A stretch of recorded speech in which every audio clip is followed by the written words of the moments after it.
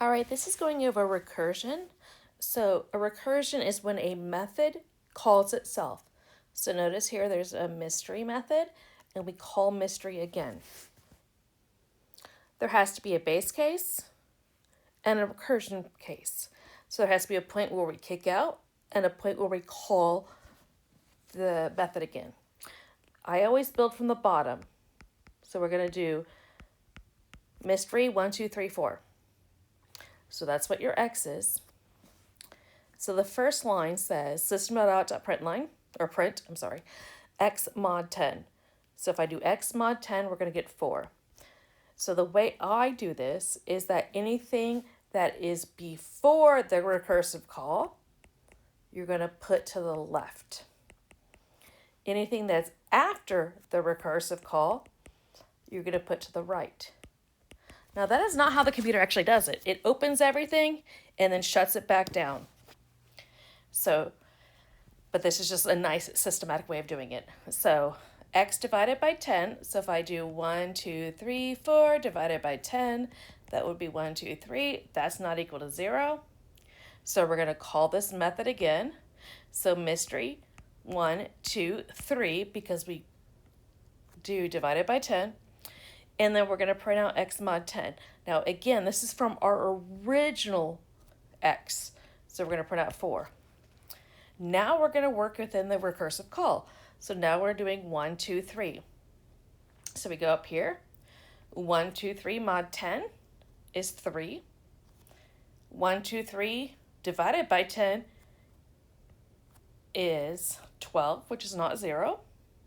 So that means we're going to call mystery 1, 2. And again, print out mystery x mod 10. Sorry, I'm tired. So now the next one, we're going to go to 12. So x mod 10 would be 2. We're going to call a mystery 1, print out 2. Now we go to mystery 1. It's going to print out 1.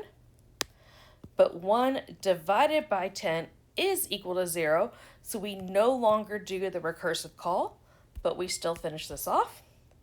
So we go up the stack and then down the stack. So you're going to print 4, 3, 2, 1, 1, 2, 3, 4. So 4, 3, 2, 1. There you go. Now, when the computer really does it, that's not exactly how it does it. It calls this, it prints that. It calls this, it prints that. It calls this, it prints that. It calls this, it prints that. But now everything's closing, so it closes this one, closes this one, closes this one, closes this one. Let's see if we can find another problem. So this was a very interesting one. Again, it's recursive because we're calling itself. So we're going to call it with 2k. So that's going to be your value right here. So we're going to call mystery 2k. And what happens is 2k less than 1. We're going to assume not right now. So it's going to return 1 plus mystery and divided by 2. So if I do 2k divided by 2, that's going to give us 2k minus 1. Assuming that's not less than or equal to 1, we're going to call it again. So the next time, again, now this already had 1, but we're going to do another 1 plus mystery 2k minus 2. So when is this going to stop? This is going to stop when 2k is equal to 0. So that would be when you have 2k minus k, 1, not 0, is equal to 1, which means we're going to do this k amount of times, so that's what we're going to get.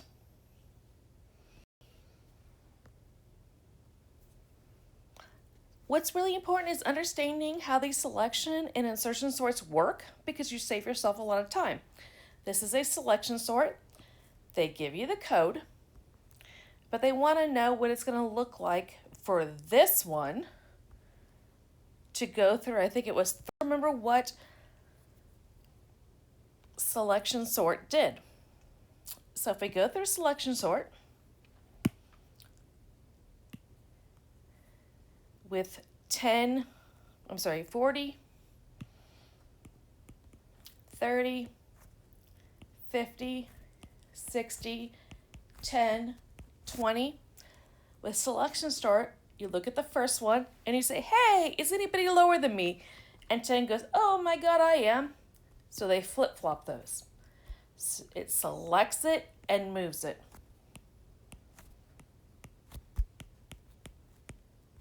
So 40 and 20. So this would be step 1. So the next one, it moves to the next element. It says, hey, is anybody smaller than me?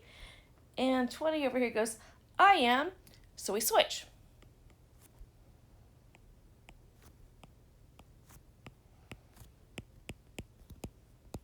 That's step 2. And we do. So now we're over here.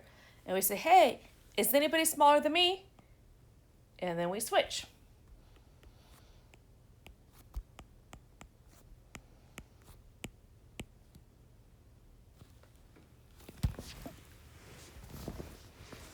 Although I was supposed to switch with 30. Whew. So this should be 30. And then over here goes 50. And that would be your step 3. Let's do the same movement with insertion sort, because it does do something very, very different. So if we start with the original array, 40, 30, we start right here. We assume everybody to the left of that point has been sorted. Then we look here. If I move that over, I've got to sort it. So now we're here. That's step 1. We assume everything to the left has been sorted. So we get to the next element. That's already been sorted. There's nothing we needed to do. So this would be your second step. So after the third step, we go over here and we're going to now go here. Everything's sorted. It does not change.